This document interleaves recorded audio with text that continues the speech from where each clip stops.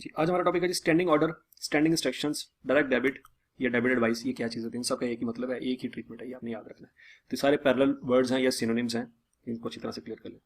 Standing order, standing instruction, direct debit या direct debit advice का मतलब ये है कि बैंक ने हमारे अकाउंट में से डायरेक्टली किसी को पेमेंट कर दी है हमारी इंस्ट्रक्शंस पे।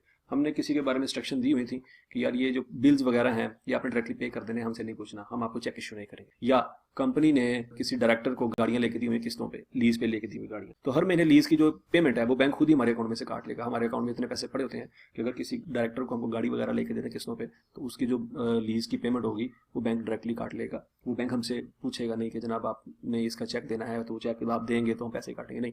वो डायरेक्ट स्टैंडिंग इंस्ट्रक्शन होती है, एग्रीमेंट का हिस्सा होता है, वो हर महीने हमारे अकाउंट में से पैसे काट लेता है। इसी तरह से बिजली के बिल जो होते हैं, हमारा जो कंपनी का अकाउंटेंट होता है वो लाइन में लग के बैंक में जाके बिल जमा नहीं कराता। बैंक की हमारे साथ इतने मतलब ताल्लुकात होते हैं, रिलेशंस होते हैं कि हमारे मिलियंस ऑफ रुपीस बैंक में पड़े होते हैं। तो हमारा बिजली का बिल वगैरह या इलेक्ट्रिसिटी का बिल, क्या पावर का बिल, सुई गैस का बिल, कोई भी बिल वगैरह जो होते हैं वो सारे के सारे बैंक डायरेक्टली हमारे अकाउंट में से काट लेता है। ठीक है जी।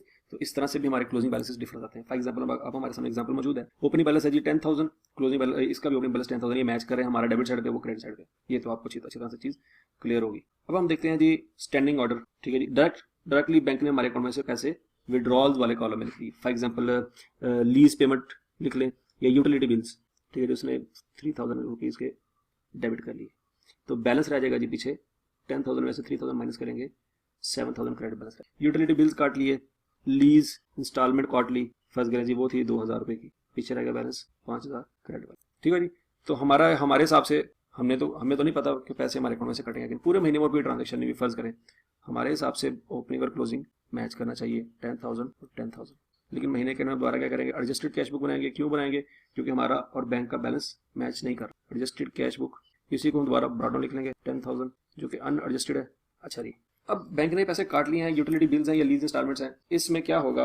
अब ये बनते हमारे ही हैं, जनरली हमारे बैलेंसेस बनते हैं, ये दोनों पेमेंट्स हमारी ही बनती हैं, हमारा बैलेंस इससे कम हो गया है। जब हमें पता चलेगा महीने के आखिरी दिन पे, तो हम इसको अपनी बुक में क्रेडिट कॉलम में लिख लेंगे। यूटिलिटी बिल्स स्टैंडिंग ऑर्डर के नाम से हम यहाँ पे लिख लेंगे 3,000 एंड 2,000, 5,000 टोटल करके लिख लेंगे। अलग अलग लिखना चाहे वो भी लिख सकते हैं। ठीक है जी, अगर उसने स्टैंडिंग ऑर्डर लिखा हुआ है तो वहाँ पे हम भी यहाँ पे स्टैंडिंग ऑर्डर का लफ्ज़ लिख लेंगे। लेकिन अगर इसका अकाउंटिंग ट्रीटमेंट पूछ ले आई कैप एग्जामिनर आपसे, अकाउंटिंग ट्रीटमेंट पूछ लेके बताएं जी ये यूटिलिटी बिल्स, एक्सपेंसेस और लीज की पेमेंट है, बताएं जी इसका क्या आपने एंट्री पास करनी है, तो डेफिनेटली हमारे लिए एक्सपेंसेस हैं। यूटिलिटी बिल्स एक्सपेंसेस 3,000 से डेबिट हो जाएंगे। ठीक है जी। लीज इंस्टॉलमेंट्स हैं तो किसी एसेट के अगेंस्ट हम पे कर रहे हैं, तो वो लाइबिलिटी हमारी वो जो कम हो जाएगी, लीज लाइबिलिटी हमारी वो कम हो रही है तो डेबिट हो जाएगी। और बैंक अकाउंट हमारा 5,000 रुपये से क्रेडिट हो जाएगा। ठीक है, ये अकाउंटिंग एंट्री पूछी जा सकती है आपसे, ये आपने अच्छी तरह से। तो पॉइंट यही है, इस तरह के अल्फाज इस्तेमाल कर सकता है कि भाई बैंक ने डेबिट एडवाइस भेजी, बैंक ने डायरेक्टली डेबिट कर लिया, स्टैंडिंग इंस्ट्रक्शन है, ये स्टैंडिंग ऑर्डर है। इन चारों का एक ही मतलब होगा कि बैंक ऑलरेडी पैसे काट चुका है, अब आपने ठीक कर ले।